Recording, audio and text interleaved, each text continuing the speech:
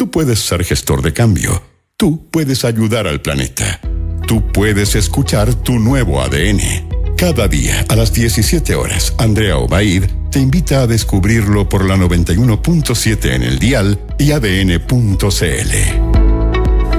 Bueno, ya estamos de vuelta aquí en Tu Nuevo ADN, son las 5:40. Estamos en vivo y en directo para todo Chile. Y hoy día queríamos hablar sobre, lo que podríamos estar viviendo quizá en los próximos años, que es esta llamada pandemiceno, que es la nueva era geológica que amenaza al planeta con los nuevos virus y bacterias que han estado en la noticia y que por supuesto han estado en sistemas de vigilancia epidemiológica por parte de distintos gobiernos. Y de hecho, hoy día quería comentarles una noticia porque la Organización Mundial de la Salud, dio a conocer 15 patógenos que podrían desencadenar la próxima pandemia. 3 están en Chile. Estos son la gripe aviar, la viruela del mono, el virus del Nilo Occidental, fiebre amarilla, viruela, dengue, COVID, antivirus, ébola, encefalitis centroeuropea, el virus Zika, el virus Nipah, el cólera, fiebre de Lassa y la enfermedad X. Hoy día queremos saber mucho más al respecto, además que estamos con un tremendo investigador que lo tuvimos muchas veces acá en la pandemia, conversando de forma telemática, porque él hacía todos los análisis además de lo que estaba sucediendo acá en Chile. Hoy nos acompaña Tomás Pérez Acle, director de la Fundación Ciencia y Vida de la Universidad San Sebastián. ¿Cómo estás, Tomás? Buenas tardes. Muy bien, Andrea, muchas gracias por la invitación. Bueno, un gusto tenerte porque para quienes a lo mejor se recuerdan, ¿te acuerdas que hacíamos todos los análisis como estas proyecciones de lo que iba a pasar con la pandemia, la cantidad de casos, las personas que podían caer en la UCI, etcétera, por el COVID-19? Y tú has sido siempre como un científico que hace muy buena divulgación para dar a conocer estas temáticas. Y ahora sigues en este tipo de análisis. Por supuesto. Ahora, además, soportando un consorcio regional que formamos el año pasado, que reúne más de 80 investigadores de 8 países de Sudamérica, más México, más Estados Unidos, y que incluso ahora estamos formando vínculos con el Medio Oriente para prepararnos para la próxima pandemia. ¿Cómo se puede saber cuándo podría ser la próxima pandemia? Te lo pregunto porque, de hecho, además de lo mencionado, estos 15 patógenos, hoy día se dio a conocer que una nueva cepa más letal de la viruela del mono pone en alerta a la Organización Mundial de la Salud, que, tuvimos también la alerta acá en Chile, pero después se controló.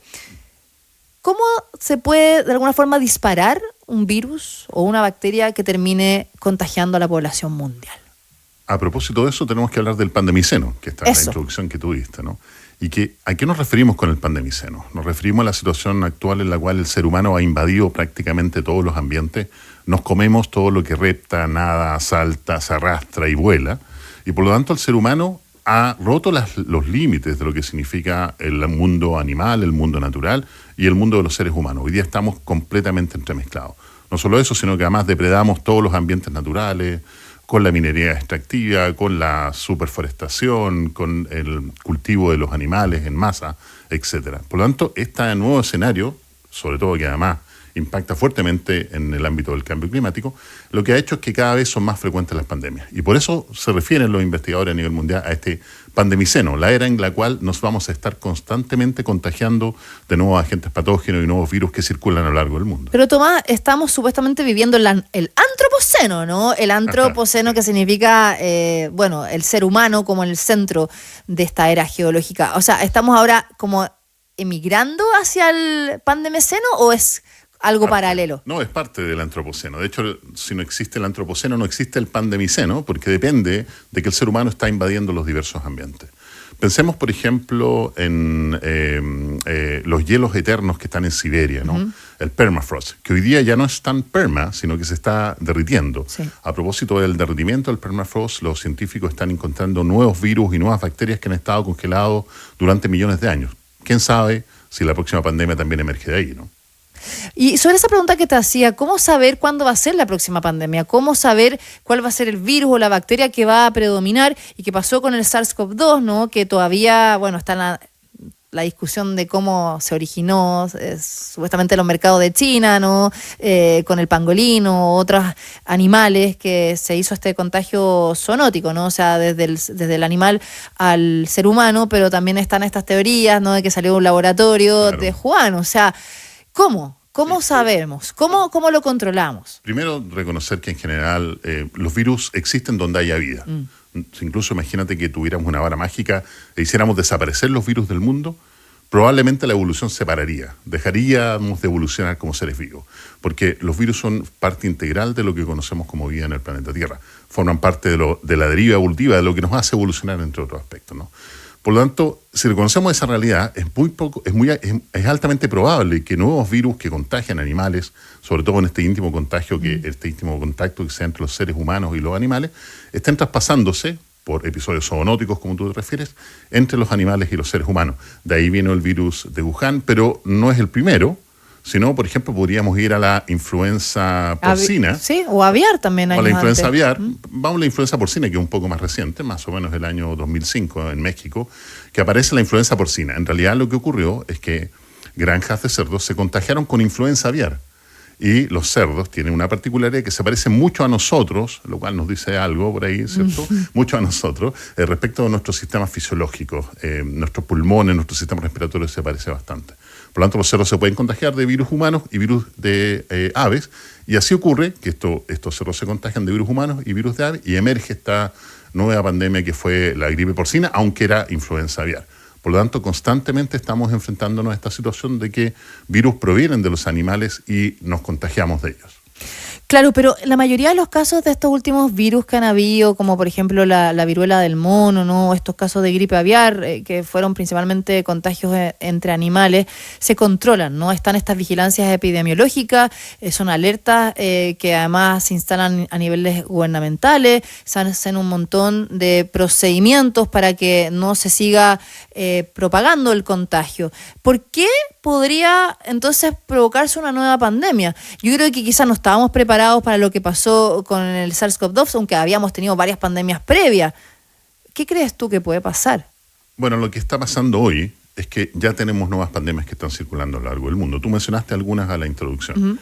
Probablemente la que más nos preocupa a todos tiene que ver con la influenza aviar altamente patogénica. Sí. Este es un virus que los primeros relatos son casi de 1800.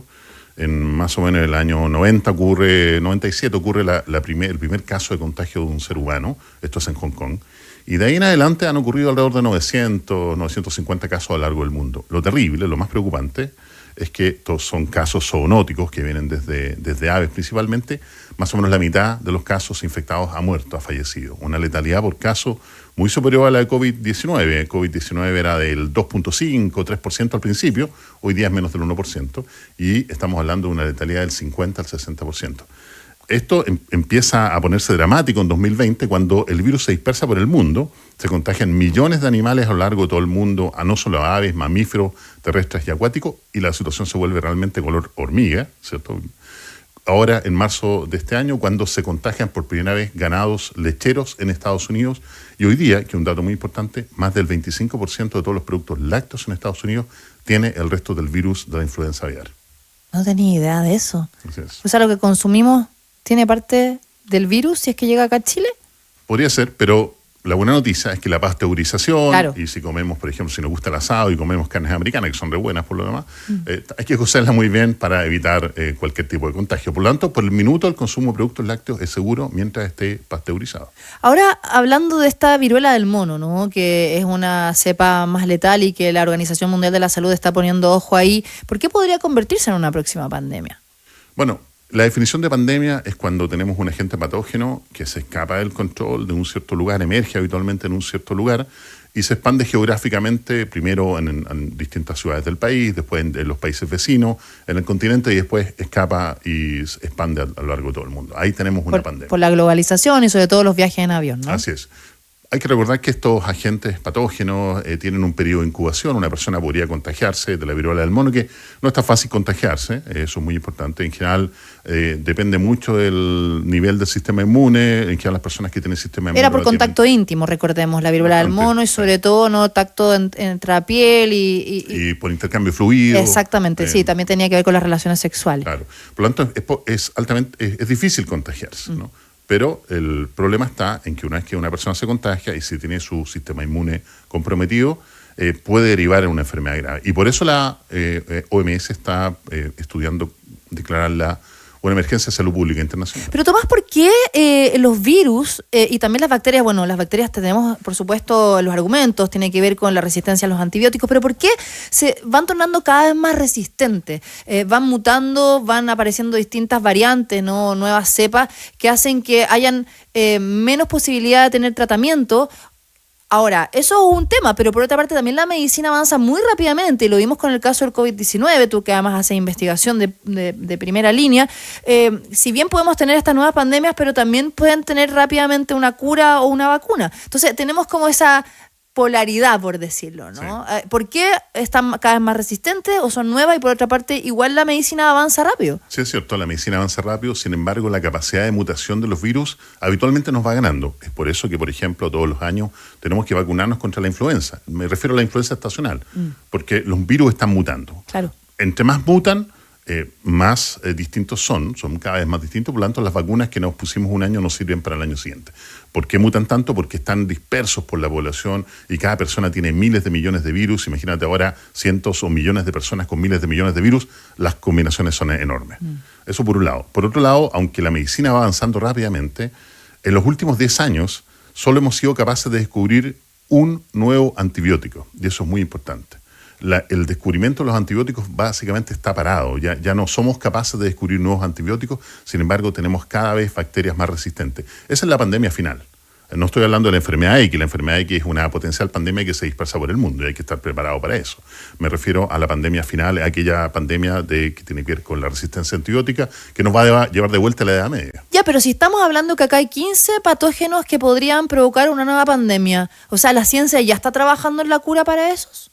Afortunadamente la gripe aviar, que es la que tenemos que tener muy entre ceja y ceja, porque hay altas probabilidades de que sea la próxima pandemia que nos ataque a nivel mundial, tiene vacunas por un lado y tiene tratamiento. La pregunta que nos hacemos es si la vacuna y el tratamiento que tenemos hoy día va a ser suficientemente capaz de contener el brote una vez que empieza el contagio entre humanos, que eso es lo que falta. Y la cantidad de dosis que tengamos para poder no enfrentar un contagio grande a nivel mundial. Se calcula que para producir los primeros 100 millones de dosis se requieren, de vacunas me refiero, porque está aprobada la vacuna en Estados Unidos y en Europa, se requieren 4 meses. Imagínate una pandemia. ¿Y no la están produciendo ya? Se está produciendo, de hecho Finlandia ya está empezando a vacunar a sus trabajadores de salud, de los trabajadores de las granjas avícolas. Estados Unidos ya mandó a fabricar 4 millones de vacunas, principalmente para prevenir el contagio de los trabajadores avícolas y de granjas lecheras. Para terminar, Tomás, ¿qué factores a lo mejor tienen que combinarse, ¿no?, para que esto pase, para que tengamos una próxima pandemia? De verdad, yo no quiero alertar a la gente, acá estamos informando, entender, además reforzar la importancia de las vacunas. Hay mucha gente que no cree en las vacunas o que piensa que las vacunas están generando muchas enfermedades ahora. Yo creo que es muy relevante siempre dar acá la evidencia científica, pero ¿qué factores tienen que combinarse para que podamos tener una nueva pandemia? Que además fue terrible, o sea, 3 años, nos estuvimos encerrados casi un año, la afectación a la salud mental, todas las personas que murieron, gente que quedó además con secuelas hasta el día de hoy, es muy complejo. Y que sigue muriendo, sí, y pues, si realmente podemos decir que salimos, aunque nunca vamos a salir de la pandemia de COVID-19 porque, como siempre lo dijimos, llegó para quedarse, es justamente por las vacunas, ¿no? Por lo tanto, el mejor factor que tenemos para combatir una pandemia son las vacunas, son los tratamientos. Pero mientras tanto no los tengamos, y eso es lo que tenemos que estar preparados, tenemos que desarrollar capacidades. En una conferencia que estuvimos en Dubái hace muy poco, expertos internacionales llegamos a la conclusión de que lo que hay que hacer es que los países tienen que desarrollar su capacidad para testear. Porque si testeamos y testeamos rápidamente, no nos demoramos 4, 5 o una semana en recibir los resultados, eventualmente ni siquiera va a ser necesario entrar en cuarentena. Bueno, Chile iba a volver a producir vacunas, hasta ahí no llegamos. Hasta ahí nos Era la idea del ex ministro de Ciencia y Tecnología, Flavio Salazar, pero bueno, Ya eso no se podría retomar. Que el ministro Cub fue el primero en decirlo. Sí, pues, es verdad, el ministro Cub después fue como una idea más fuerza. Tomás, ha sido súper interesante la conversación. Tomás Pérez Acle, director de la Fundación Ciencia y Vida de la Universidad San Sebastián. Gracias por hoy día acompañarnos acá en Tu Nuevo ADN. Por nada, un placer. Que estés muy bien. Nos vamos agradeciéndoles a ustedes y, por supuesto, a nuestros auspiciadores Puerto San Antonio, Red Inteligente en Teleempresas con SD1, Aguas Andinas, Anglo American, Arauco, Sodimac. Y llega la prueba de ADN con Carla Zunino y ya me equivoqué. Pilar Vergara y Piedad Vergara. Oye, es que siempre me tupo al final. Piedad Vergara, nuestra estrella de prensa. Y además Mauricio Bustamante. DJ Vincenzo, gracias por hacer el programa posible hoy. Y nos reencontramos mañana a las 5. Que estén muy bien. Chao, chao.